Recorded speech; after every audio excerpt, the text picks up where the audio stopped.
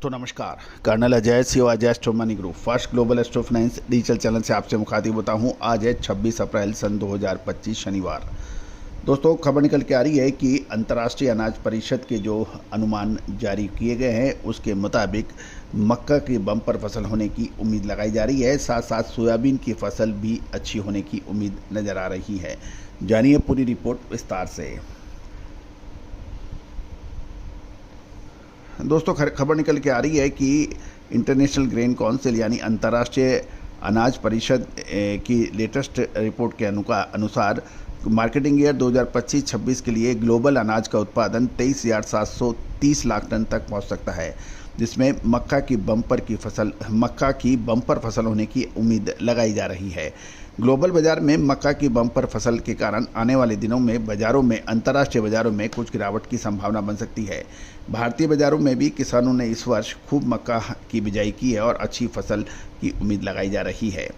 अप्रैल की अनाज बाजार रिपोर्ट में अंतर्राष्ट्रीय अनाज परिषद ने मक्का का उत्पादन का अनुमान में संशोधन कर रिकॉर्ड 12,740 लाख टन किया है, जबकि गेहूं और चावल का अनुमान पिछले महीने के समान ही बताए जा रहे हैं।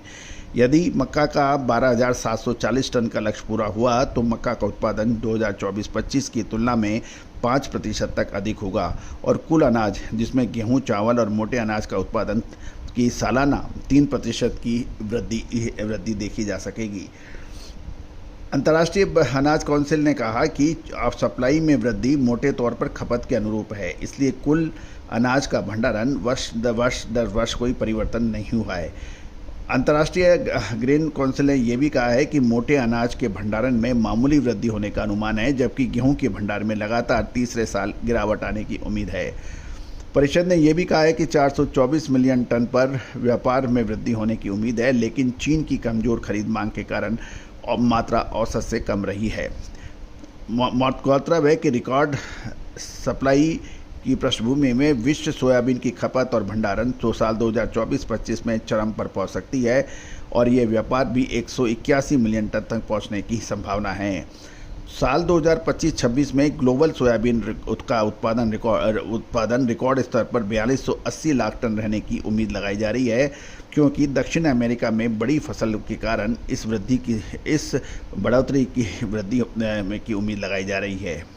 साथ साथ ये भी ध्यान देने पड़ने वाला कि चावल के मामले में मामूली सा परिवर्तन अपेक्षित है, क्योंकि अंतर्राष्ट्रीय ग्रेन काउंसिल ने चावल के उत्पादन में 330 लाख टन से 540 लाख टन की वार्षिक वृद्धि का अनुमान लगाया है। साथ साथ व्यापार, कंजम्पशन और बचे हुए क्लोजिंग स्टॉक में भी मामूली वृद्धि चावल के में देखने को मिल सकती है। गौरतलब है कि परिषद ने यह भी कहा है कि ईयर ऑन ईयर यानी साल दर साल के आधार पर सूचकांक में 2% की गिरावट आई है, जिसका मुख्य कारण चावल की कीमतों में 29% की गिरावट बताई जा रही है। दोस्तों grains, pulses, oilseed, spices, cotton, metal और स्टॉक मार्केट पर लगातार अपडेट और विश्लेषण के लिए चैनल को सब्सक्राइब करना बिल्कुल ना भूलें। दोस्तों हमारे आगामी विषय साथ साथ हमारा साप्ताहिक अखबार जो मात्र 3,000 रुपये वार्षिक शुल्क पर उपलब्ध है, उसके लिए भी संपर्क कर सकते हैं। इसमें आपको प्रतिदिन मंडियों के ताज़ा भाव और साप्ताहिक आपको हिंदी और अंग्रेजी के अंदर आपको अखबार देश दुनिया की खबरों से लैस मिलेगा। All the very best, good luck, happy trading.